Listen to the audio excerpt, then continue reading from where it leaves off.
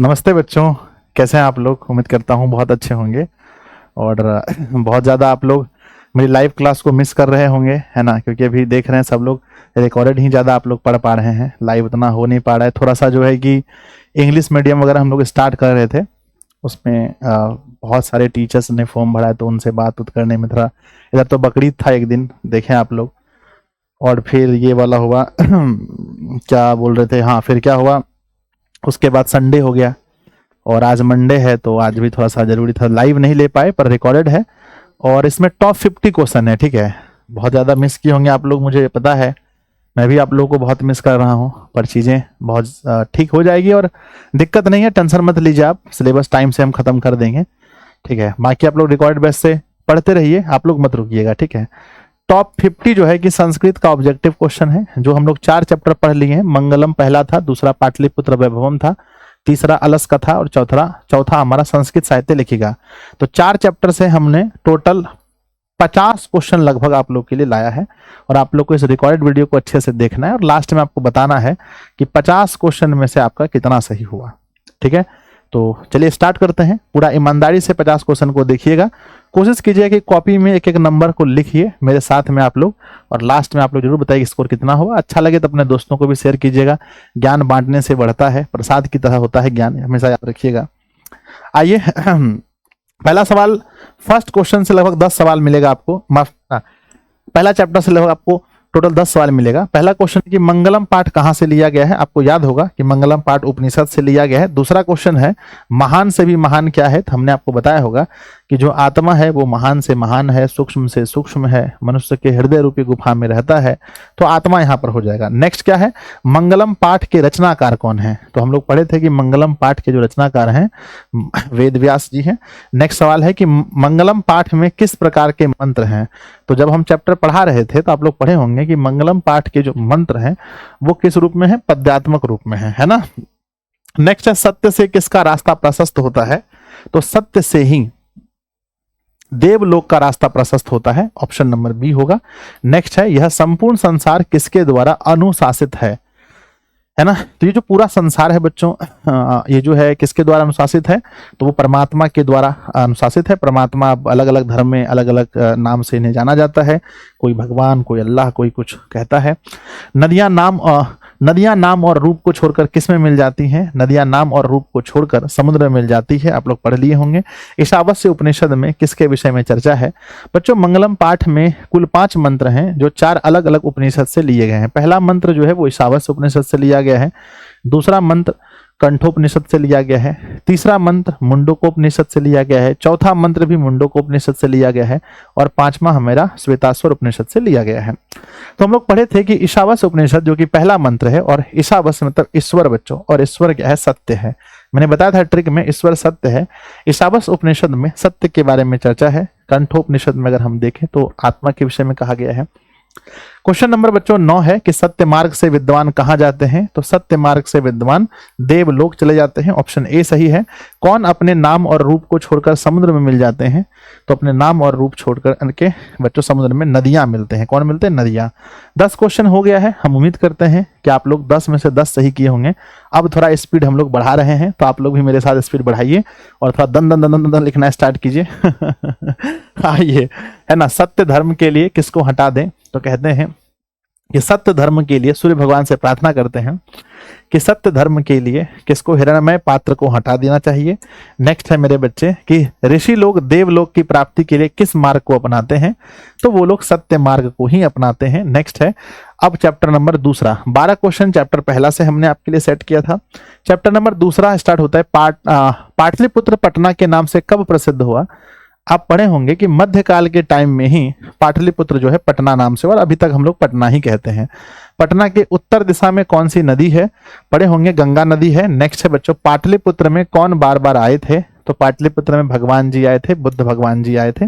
Next question है पटना नगर की पालिका देवी कौन है, तो पटना नगर की पालिका देवी पटन देवी जी हैं, ऑप्शन नंबर सी है। पटना कौमुदी महोत्सव, पटना में कौमुदी महोत्सव कब मनाया जाता है बच्चों, आप लोग पढ़े होंगे कि पटना में कौमुदी महोत्सव जो है गुप्त वंश के शासनकाल में बड़ा फेमस था। है ना। और शरद काल के टाइम होता था। मेगास्थनीज पटना किसके समय में आए थे? तो मेगास्थनीज पटना चंद्रगुप्त मौर्य के समय में आए थे, है ना। एक एक चीज आपको याद आ रहा होगा, अगर आपने चैप्टर अच्छे से पढ़ा है तो दिमाग में सब कुछ चल रहा होगा। गुरु गोविंद सिंह का जन्म कहाँ हुआ था? गुरु गोविंद सिंह का जन्म पटना में ही हुआ था, ऑप्शन ए सही है। गुरु गोविंद सिंह सिख धर्म के सिख संप्रदाय के कौन से गुरु थे?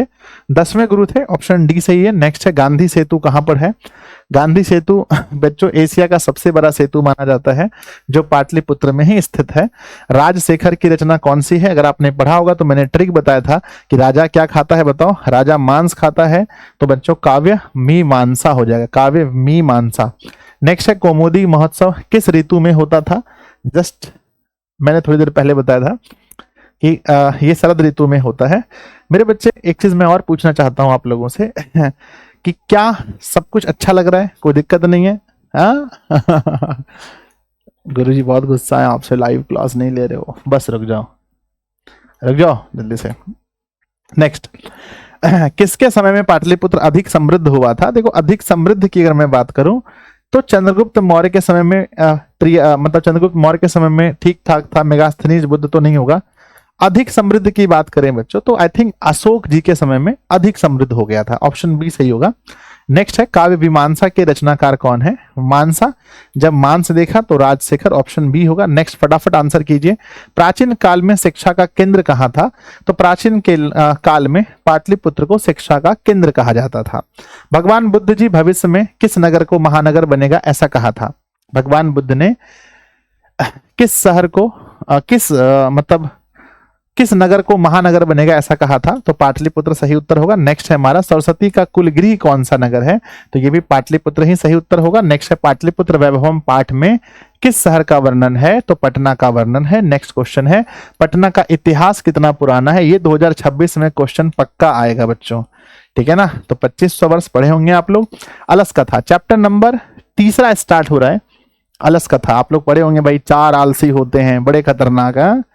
और मिथिला जो है, जो हम लोग मधुबनी दरभंगा का साइड है मिथिला, वहां पर एक मंत्री होते थे जिनका नाम था वीरेश्वर, और वो सबको फ्री में भोजन खिलाते थे। हाँ, तो अलस कथा पाठ कहां से लिया गया? तो ये पुरुष परीक्षा नामक ग्रंथ से लिया गया है। नेक्स्ट है अलस कथा पाठ किस प्रकार की कथा है? तो ये बच्चों एक व्यंग किया गया है, मैंने पढ़ाया था आपको, व्यंग्यात्मक कथा है। आलसियों की परीक्षा क्या लगा कर ली गई थी? तो आग लगा कर ली गई थी, ऑप्शन बी सही है। अलसशाला में आग लगने पर भी कितने लोग नहीं भागे थे? 4 ऐसे लोग थे जो नहीं भागे थे। लगता है इस घर में आग लगी है, किस पुरुष ने ऐसा कहा था? पहले ने कहा कि भाई ये कैसा कोलाहल है, दूसरे ने कहा लगता है आग लगी है, तो दूसरे पुरुष ने कहा था लगता है आग लगी है। नेक्स्ट है कि दयावान लोग किसका रक्षक होते हैं? तो दयावान लोग जो होते हैं वही तो आलसियों के रक्षक होते हैं। नेक्स्ट है पुरुष परीक्षा किस रूप में विभिन्न मानव गुणों के महत्व का वर्णन करता है? तो पुरुष परीक्षा जो है किस रूप में? तो आप पढ़े थे बच्चों की पुरुष परीक्षा जो है ये किस रूप में है? तो कथा के रूप में, है ना, नाटक के रूप में, है ना, नाटक के रूप में, सही है। पुरुष परीक्षा ग्रंथ में कथा रूपेण बच्चों, कथा रूपेण, माफ कीजिएगा, कथा के रूप में, ऑप्शन डी। नेक्स्ट है वीरेश्वर कौन था? मिथिला का राजा था? नहीं सर, मिथिला का मंत्री जी था, ऑप्शन नंबर बी होगा। पुरुष परीक्षा के रचनाकार कौन है? पुरुष परीक्षा के रचनाकार पूछा जाए या अलस कथा का पूछा जाए, बात तो वही है भाई, ये अलस कथा पुरुष परीक्षा नामक ग्रंथ से लिया गया है। तो विद्यापति राइट आंसर होगा, ऑप्शन नंबर सी।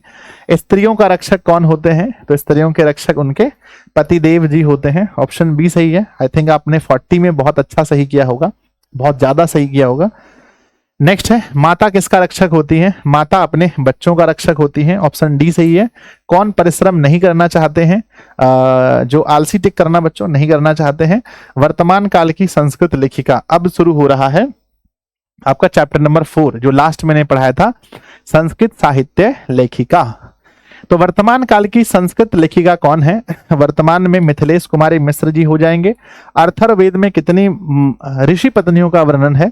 ऋग्वेद में 24, अर्थवेद में 5, लौकिक संस्कृत में 40 ठीक है, चलो भैया, अर्थवेद में 5, ऑप्शन डी सही है।